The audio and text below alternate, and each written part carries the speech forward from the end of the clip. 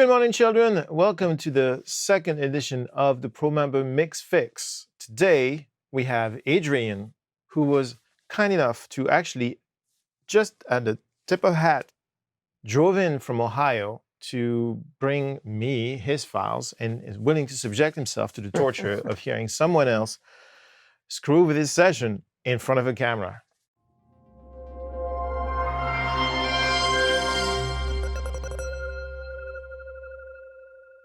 So tell me a little bit about the song, and then after that, we're gonna open the session. I'll have some questions because, you have your way of doing things, I have my way of doing things. Then I'm gonna ask you what my boundaries are. What can I do? And then I'm gonna mix, and then you'll come back and you listen to the final mix and you tell me how much you hate it. Does that work? All right, cool. So what's the song? How did the song come to be? What is it? The song started from a guitar player that I was in a band with, Tim DeHoff from Connecticut. He has a habit of coming up with little bits and pieces. So he'll go down at 3 o'clock in the morning with his guitar and play little pieces, and he has a folder that he calls Scraps for Age. Age, that's me. Okay. So then every once in a while we get together, and then he'll give me this stuff, and I take these pieces home. And then as I'm listening to him, a song pops up, right? So I took a piece of his song that he had started, and it was just a little loop, 30-second loop. Guitar loop. Guitar loop and a little bit of percussion. Okay. And I took that off the CD, and I just bounced it into Pro Tools, thinking I was going to build a song. And then when it was done, I would just record the thing again. Okay. And make it right. But it started to sound good. Okay. And I took it kind of as far as I could, but there's a lot that I'm still learning from Pure Mix. Okay. And Good that's, place. it's All right. been a godsend, really. Oh, well, thank you. So I'm gonna open the session, and it's called Copy. So we had you export as a copy so that we made sure we had all your files. Some Summer Day basic tracks, 44.1, and then a date. All right. And so I'm gonna do a quick listening through, and I'm gonna make sure that I understand what's going on. I don't have those plugins, it's all right. I don't have addictive drums, but I don't think we need it, right? Okay, so let's look at this session. First thing I'm gonna do is I'm gonna save as and name my crime. And I'm gonna call it 1.0. Okay, so now it's my territory. And I don't like to look at all this stuff. So I'm just gonna keep bars and beats and go from there. I'm gonna keep markers though. All right, cool. So I see 2 sections. We do need the instruments. Okay, great. So let's just press play and then I'll ask you questions.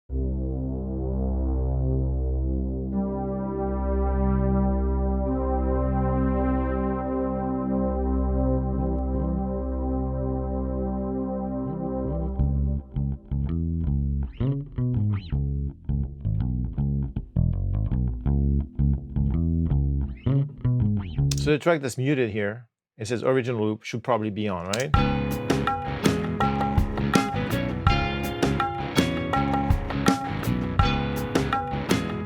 So we have drums, bass, tabla, and that guitar loop all in one track. One track. Merry Christmas. Let's keep going.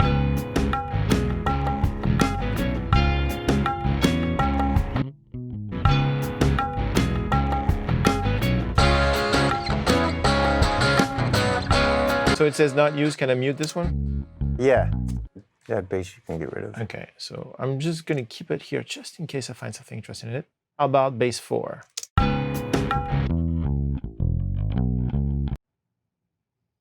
It was muted. No, that one should be muted as well. Okay, so I'm making it active. Okay, cool. I see the accents and the fills. All right, let me look at the session. So I don't need the comments because I know what's going on. Let's keep listening and see when you come in with your vocals. It's a little later.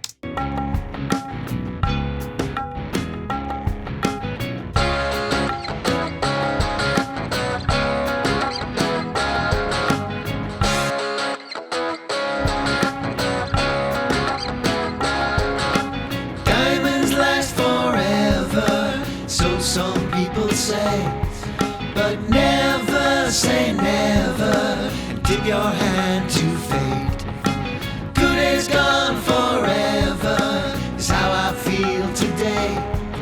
So put me down for one more miss, or just too little too late.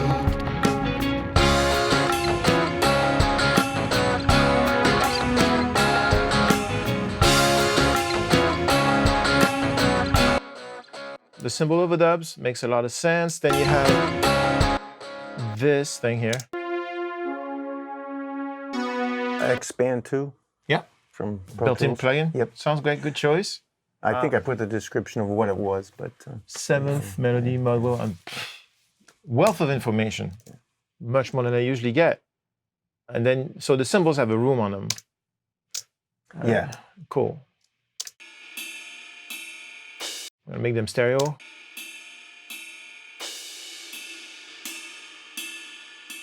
And that's addictive drum. Yes. Okay, great. There's nothing on the other drum tracks. No, that's Nope. not true. Well, there was I'm not even sure why that's there at the end. To tell you the truth, I don't know how that got there because it says snare drum, but it's a cymbal. Who details? So let's see.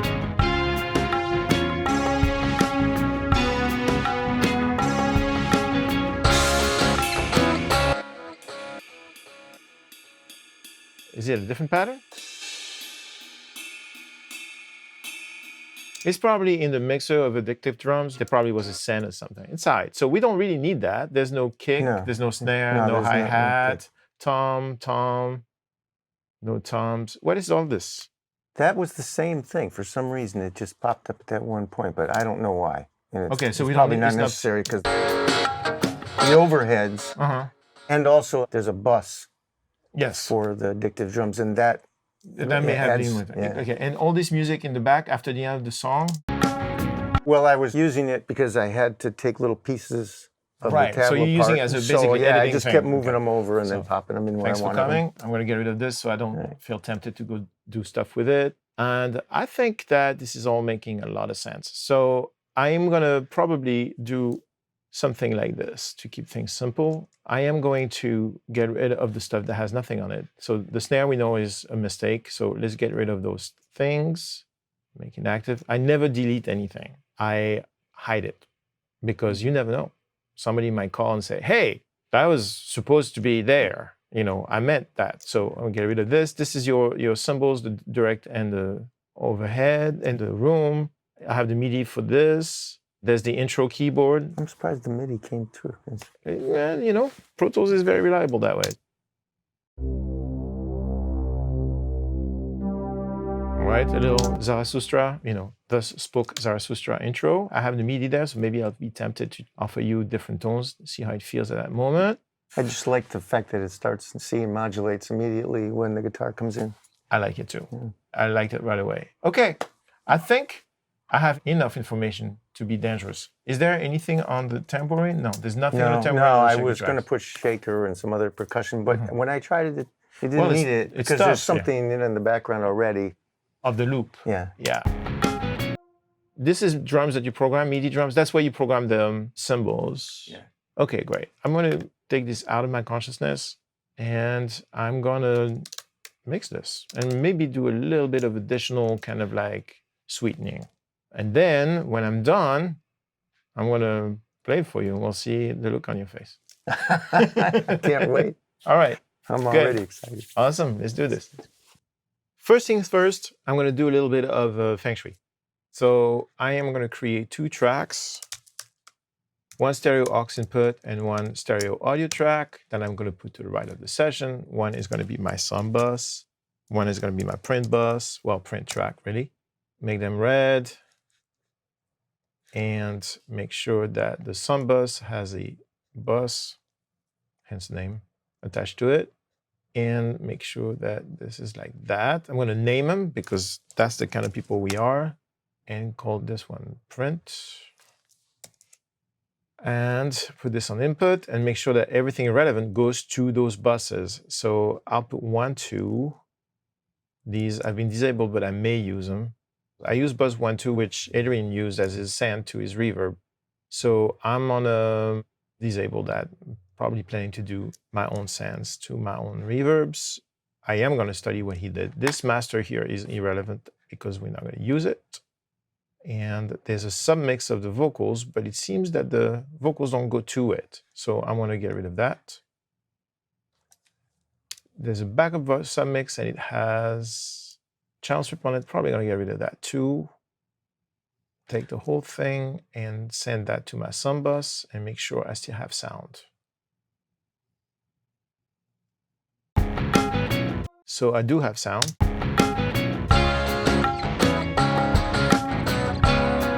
And then I know I'm going to need a limiter. So I'm going to put the Sonox limiter here. Where are you? Sonox limiter. I want a nice and bouncy and gooey kind of sound. So I'm thinking I'm actually going to use a Fairchild as my mix bus. Compressor, I'll use this one. And probably going to use a Pultec because that's the sound. And there's probably going to be a tape thing going. So probably the 800. There you go. I've made these arbitrary choices based on experience and I know what these things sound like. So since I had the sound in my head, I thought, hey, let's just bring up the basic stuff. So right away,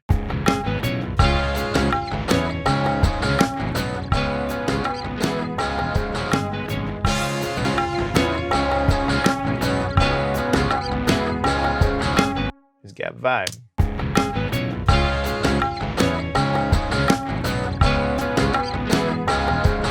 The Pultec is giving it a little bit of gain because this Pultec has a little bit of gain, but we're not going to be OCD about this.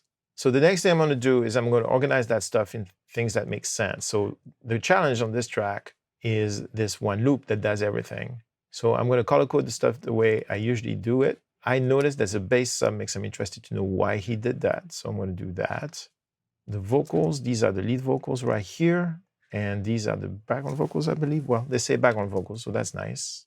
There was a lot of doubling, which was part of that sound, which is cool. Bring this down to here. The reverb and delay, so there was an EQ and a compressor into the reverb, probably because the stuff was a little peaky and he probably wanted to make it sound more smooth, but I think I can do that another way. There's a delay here, but I didn't see anything going in it, so I'm gonna get rid of it. And then we had those cymbals with their rooms, which I'm gonna put with the loop and color differently so I know what they are. And then there are synths. I'm in pink as they're supposed to be. Put them next to the guitars, and then the click can go here and hang out. And then I know I have a rough mix of this somewhere. So I'm going to label this rough, and I'm going to go fish for it. It's in my download folder. And I have the folder of the session here. I'm going to make a bounces folder where all the subsequent mixes should be. And there it is. So I'm going to put it here. Notice that I am actually taking the time to organize myself so that I know where things are and I'm not worried about losing files and stuff. And I'm going to import this MP3, which is how we got the mix, into Pro Tools. And Pro Tools is going to do its job and convert it. At the beginning and start listening to the rough so we get a vibe of where he was.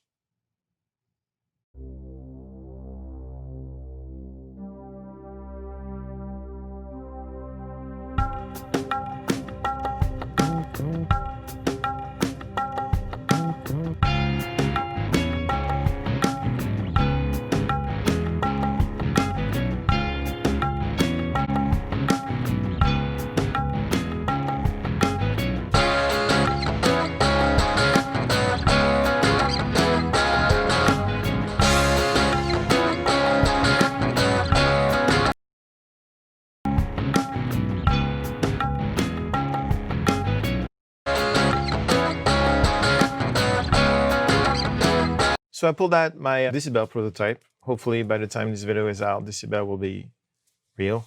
Well, that's the plan, otherwise I wouldn't be showing you. To know a little bit where Adrian parked his mix and to see the kind of dynamic range he was able to get out of it.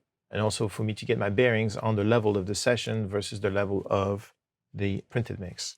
And then I'm going to keep listening to the song. I get the vibe of the pocket now and also the guitar better.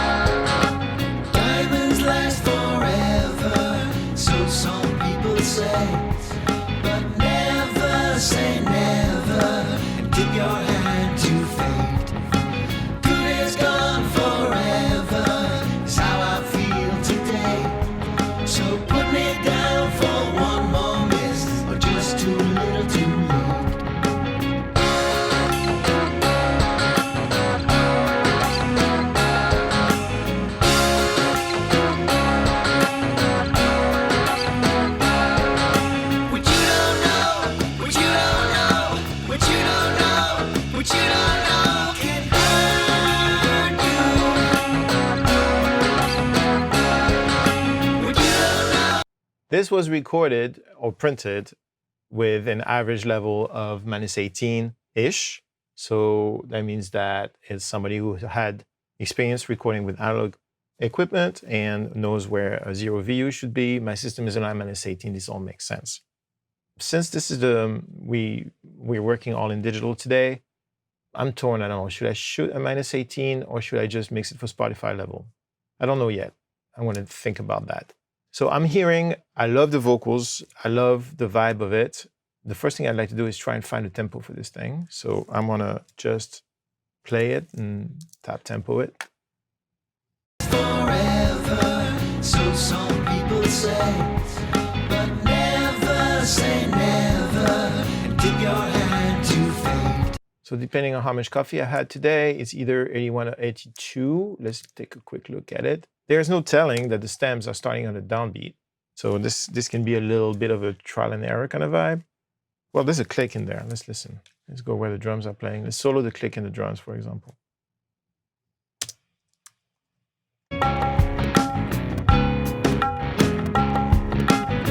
The click is automated for some reason. I'm going to remove automation.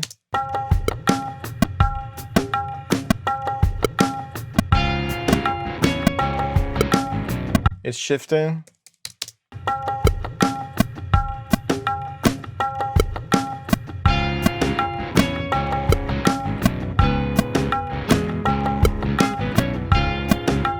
So it's 82, but clearly we have a downbeat issue. So I'm gonna select everything, get rid of this, get rid of that.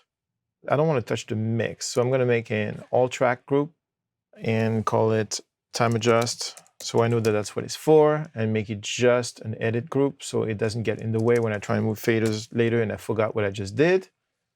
And then I'm gonna go in here and try and find the downbeat. First, listen to the music.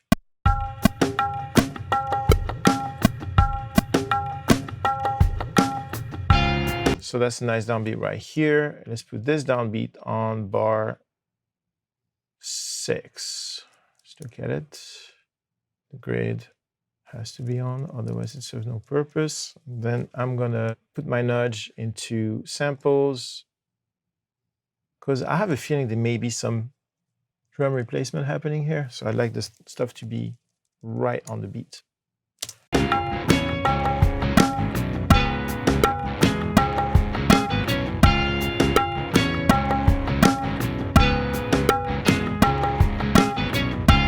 Let's make sure that my downbeat is my downbeat, not that I'm not off. Here's the vocals. Diamonds last forever.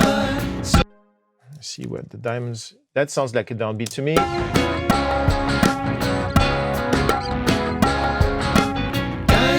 And sure enough, I'm on an offbeat. I'm on beat 4. So I'm going to move it back 1 beat.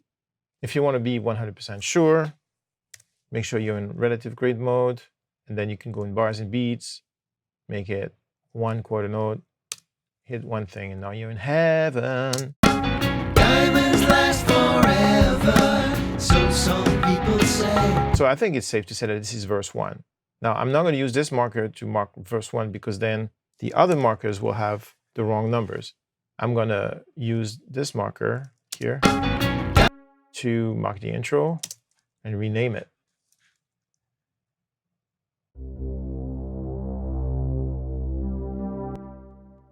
Get rid of the names so I can see what's going on. I have a little Pro Tools dock here, and I have a shortcut to get rid of the names and get rid of the click gain info so I can see my waveform easily. And my top of song will be somewhere here.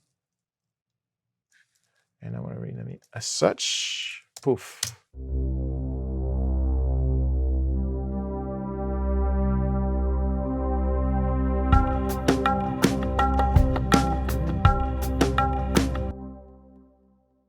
So I did the opposite of what I said I was going to do.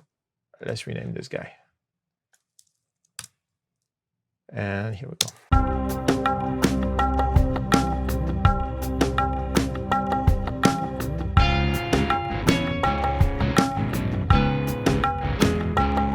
And we have that here.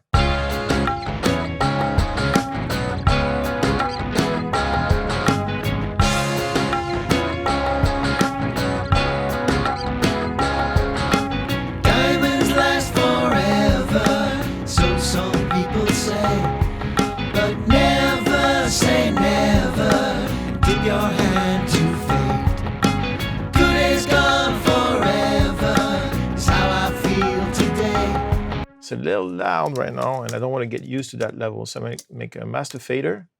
I'm going to assign it to the sum bus, and I'm going to jack that down. Have you heard about jacking down? I heard about jacking up. Jacking down must be a French thing. Let's go from the verse. Diamonds last forever, so some people say, but never say never.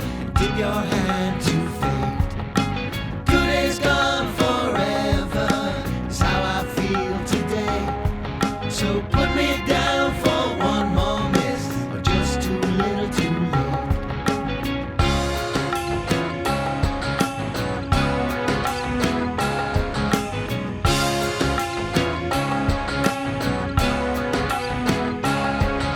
What you don't know, what you don't know, what you don't know, what you don't know can hurt you.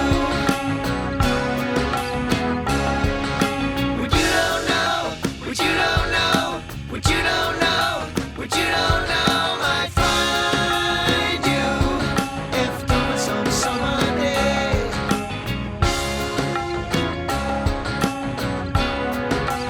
That's a badass chorus. So I call it a shout section because, you know, he's shouting. So that's great. And we have this little purgatory here, like an interlude. I might suggest to get rid of that.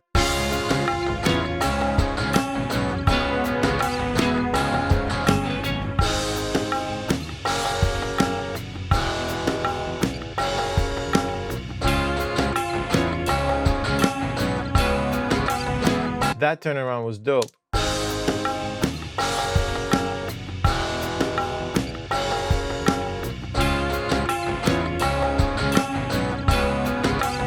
So let's call this section riff, right? And then this one. So let's call it again riff, but this one riff 1. And then here,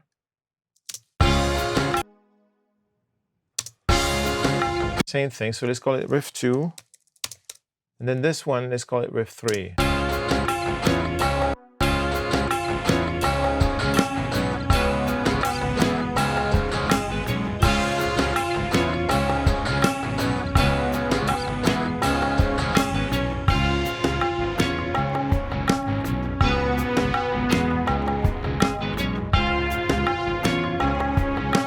That's kind of like a reintro, and there's a little bit of a shine from the synth.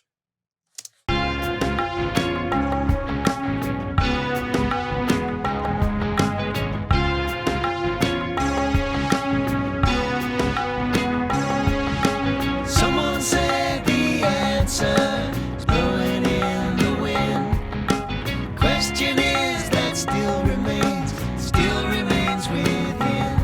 So round and round we go, as Ames and Courtney sang. When we stop, we start all over. Play our games in vain. Cha, cha, cha, cha. Cha, cha, cha. What you don't know, what you don't know, what you don't know, what you don't know can hurt you. What you don't know, what you don't know, what you don't know, what you don't know might find you if over some summer day.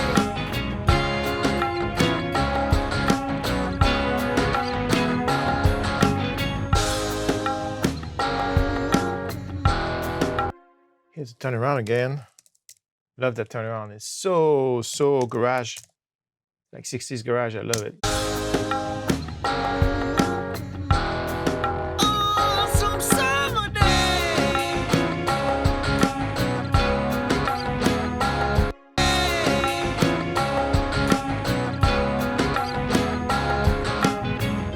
I'm anticipating that this is the outro riff.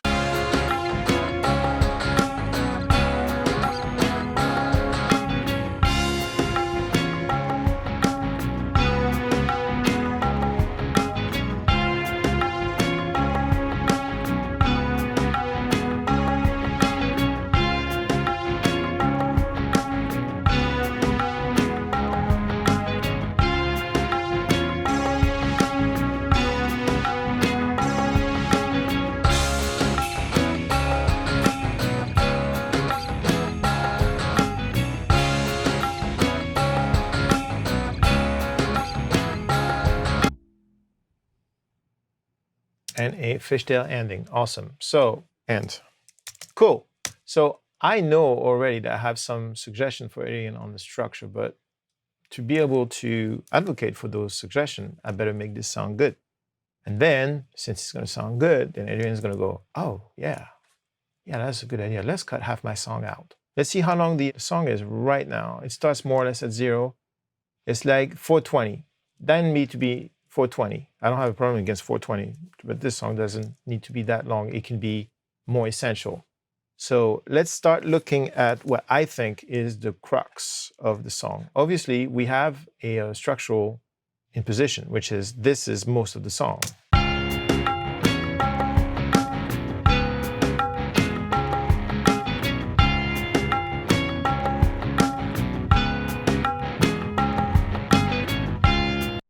And it's only one track and it's mono. I like the bass drum. The snare sounds like somebody with brushes or something. The bass is rocking. The bass is...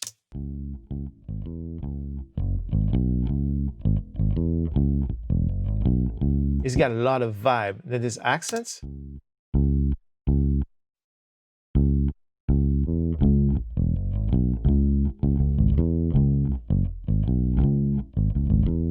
That's super original. So I want to enhance that. And then we have that guitar. So this is where you have to make a decision. So first, I think I'm going to stay at -18. So I want to get my meter and create a new profile. I don't have a -18 profile. I want to call it Classic Mix with just one I. There you go. And no dyslexic issues. Boom. Call it that. And calibrate the video at -18. And then work with that. Save this, close it, and then I'm going to use stereo meters like this. So I'll have this for a ref.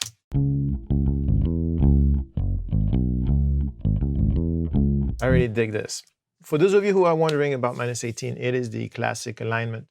Basically, when the world moved to digital, somebody probably at DigiDesign at the time, now known as Avid, picked some alignment so that their interfaces could interface, hence the name interface, with the analog gear. And they picked -18. So they set kind of a standard. Also, -18 is great. 18 dB is a lot of headroom, at least for tracking. And so when you align your entire system at -18 and you work with an analog gear, say, for example, I wanted to print this to a tape machine. If I keep my average at -18, when I'm going to hit the tape machine, it's not going to freak out the tape machine. I don't have to pad it because the tape machine is used to getting a reference of +4 dVu equals 0 VU. And since we have, my system is aligned at -18, I'm using an HDX system for this, everybody is kind of speaking nicely together. So I don't know what Adrian has at home, but he has in his consciousness to keep the stuff at -18, which means it's compatible with everything. I am mixing 100% in the box, but since I have his rough, and his rough is hovering at -18-ish, I want to keep it there. We're civilized people that way. Let's not forget that my sum master is down 6 dBs because I just wanted to make sure I wasn't blasting myself while I was making the markers. This little window here, I have a rendition of this little window right here on my dock. So I'm going to use the dock instead so you don't have to look at it. I just use it to navigate. So if I want to go to the verse, I click the button. I'm on the verse. So let's go back to the drums.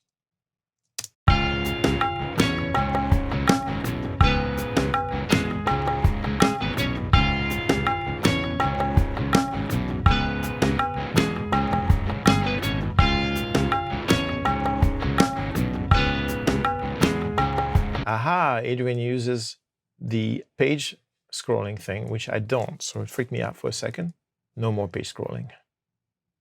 It seems to me that it's an exact perfect loop. So if I were to want to augment those drums, I wouldn't have to worry about the entire track. I could worry about one of the loops and then copy paste. That would be kind of neat. If I had to do the entire track, I am pretty positive I am way too lazy to do that. But 1 or 2 bars and make sure everything is nicely phase aligned and sounds good, that would allow me to have extra control over the drums. That's interesting to me. So let's look at 1 bar here or 2 bars.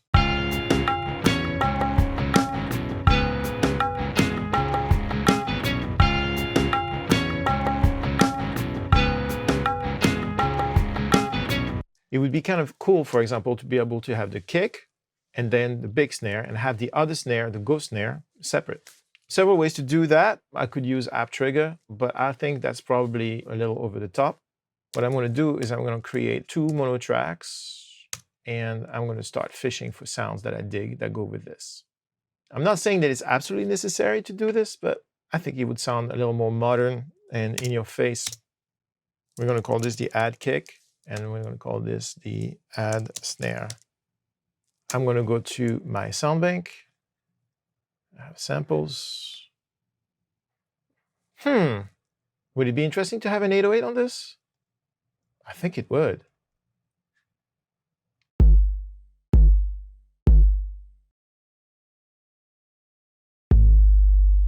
Maybe not that obnoxious, but that's a little light.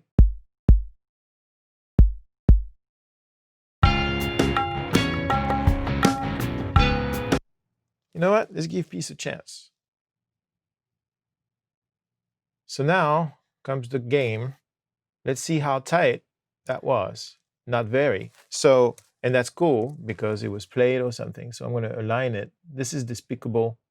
Don't tell my mom I'm doing this, but this is going to help. The 2 of them together. And let's see if some quantize was used on that and the original idea by copying this and this. Sorry. Tumpa.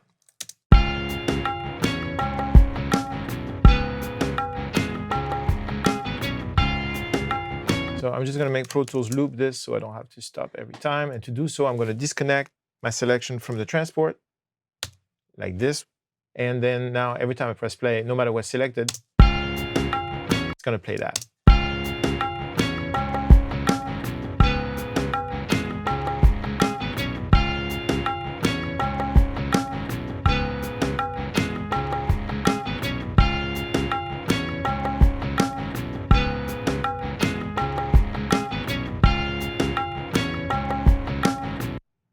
It's going to help a lot, but there was no quantize, so I have to align it by hand, and then I'm going to have to move it one by one until I'm happy with how it resonates. This one's the same. This one is not. And as you can see, they're primarily in phase-ish at the onset.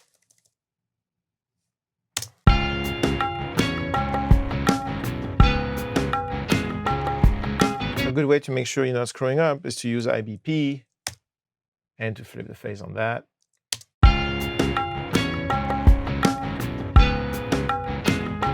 Much better. So I'm going to lower that a little.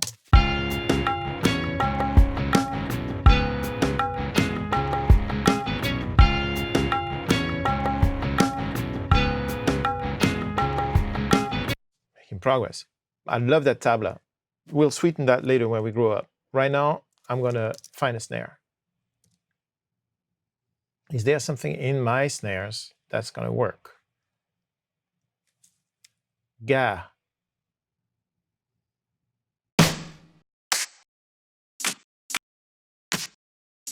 That would be fun, but Adrian probably will have a heart attack.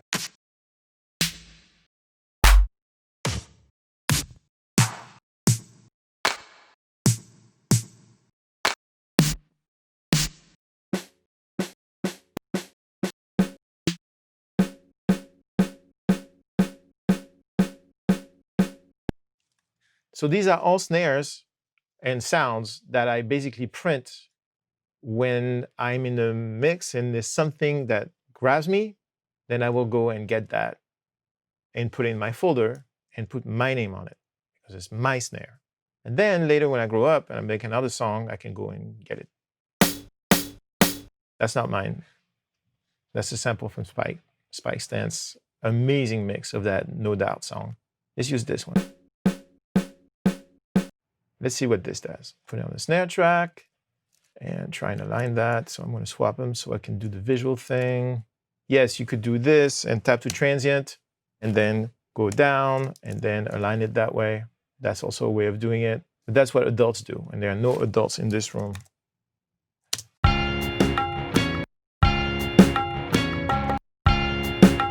What do you know? It kind of works. Amazing. I will brighten it later. Just to show you, just so that, you know, we agree. You go here, transient, you go down, you paste. But that's assuming that your sample is in phase. Let's see.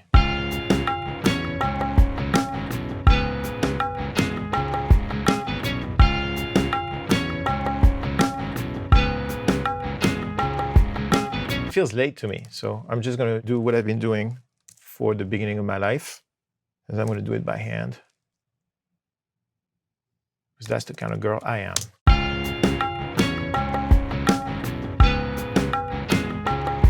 And then I'm going to use the relative grid to move it to the right place in the second time, because that's clearly a 1-bar loop doubled except for the guitar, and this is where we are.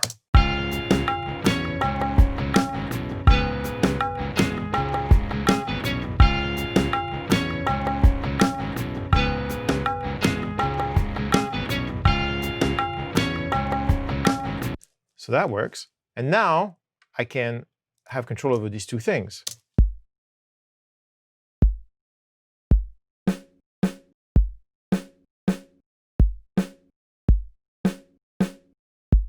So one thing that would be elegant is that if the first snare was a little quieter, and I'm going to show my clip gain info again, so to give it a little bit of the same movement as what the loop is.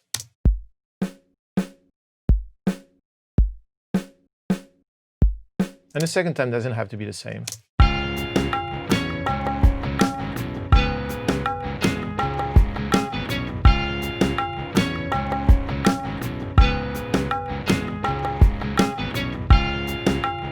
Okay, that works. So I'm going to group those clips, and I'm going to just ruthlessly copy paste it everywhere.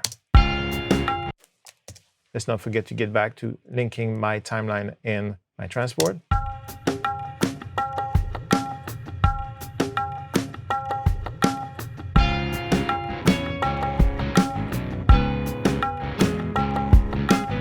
Works, right? It's nice to have the samples come later, so it gives a bit of a up and down vibe.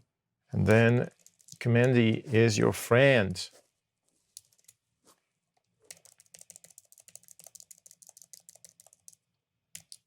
I'll deal with the ending later.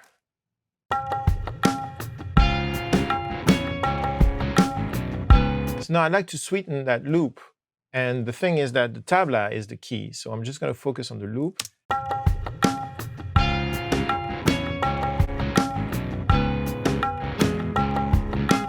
So I'm thinking of opening up the top a little bit.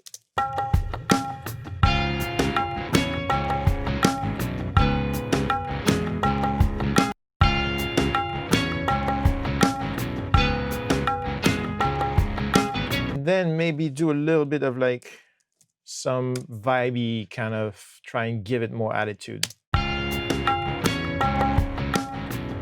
It's a little too much attitude.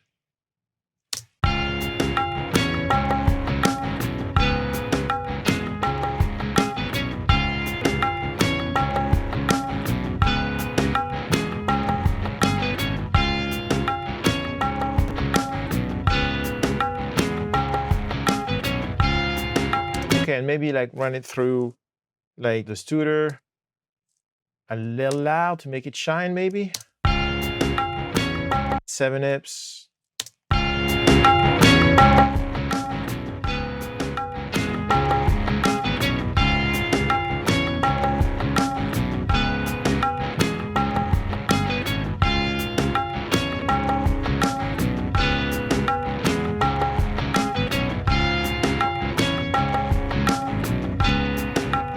So we started the loop sounding like this.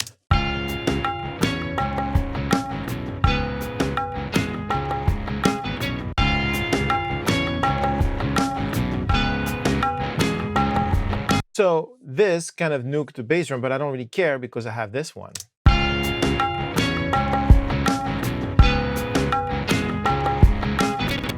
That bass drum is a little too fat, so I'm going to change that.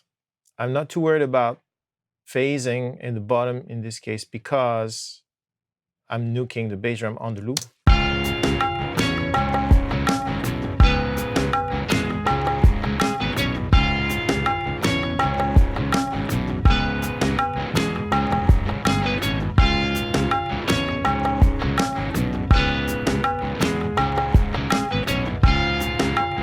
I may have chosen the wrong bass drum. Let's see.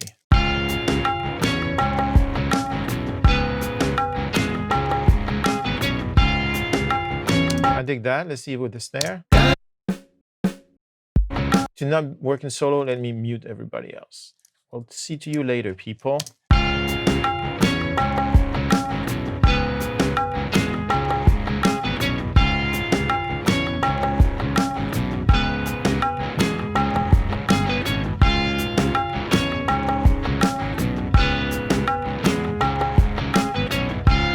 So let's see the vibe with the rough mix.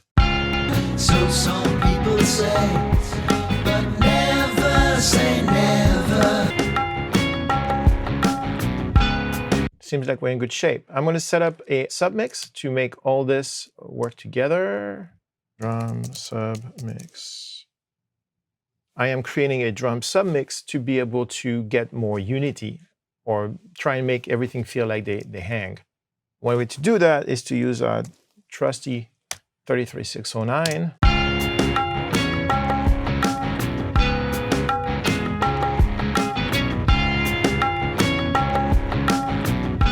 So it's a little pumpy. I'm going to be a little gentler.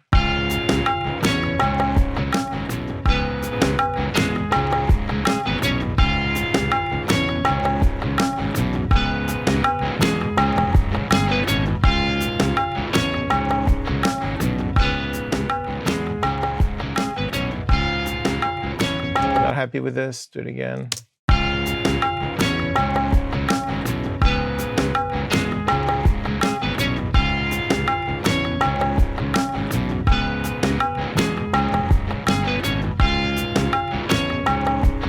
Okay, so the other thing we could do is brighten that a little.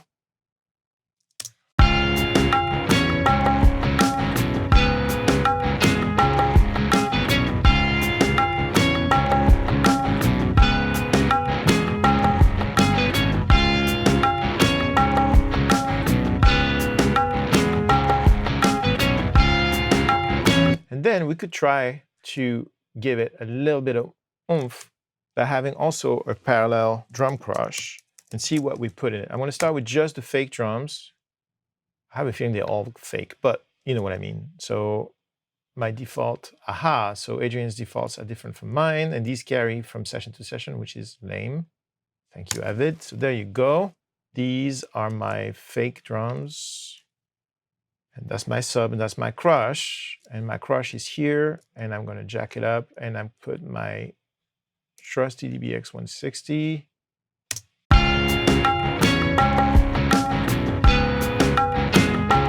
For you to hear what I'm doing, I put them in pre mode so you can hear just the crush.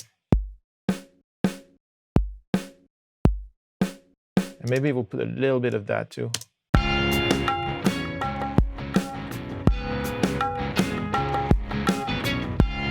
And then I'm going to tuck it under.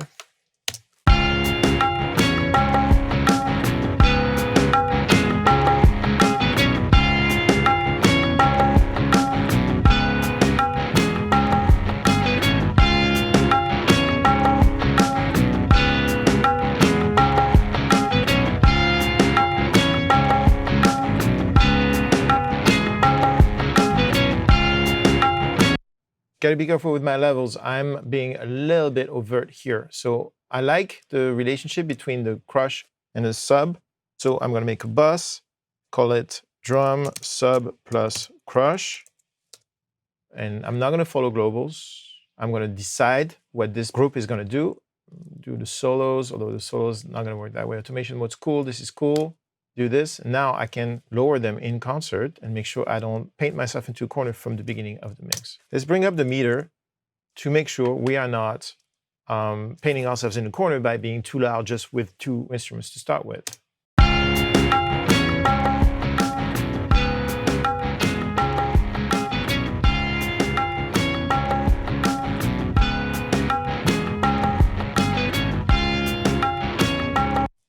Let's assume this is going to work out. Let's look at what the mix bus does.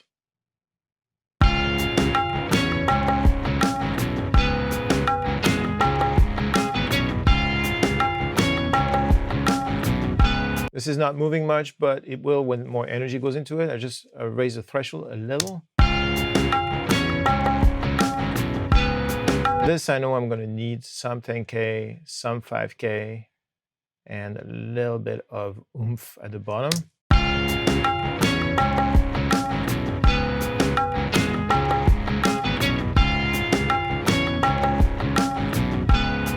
This is all very reasonable.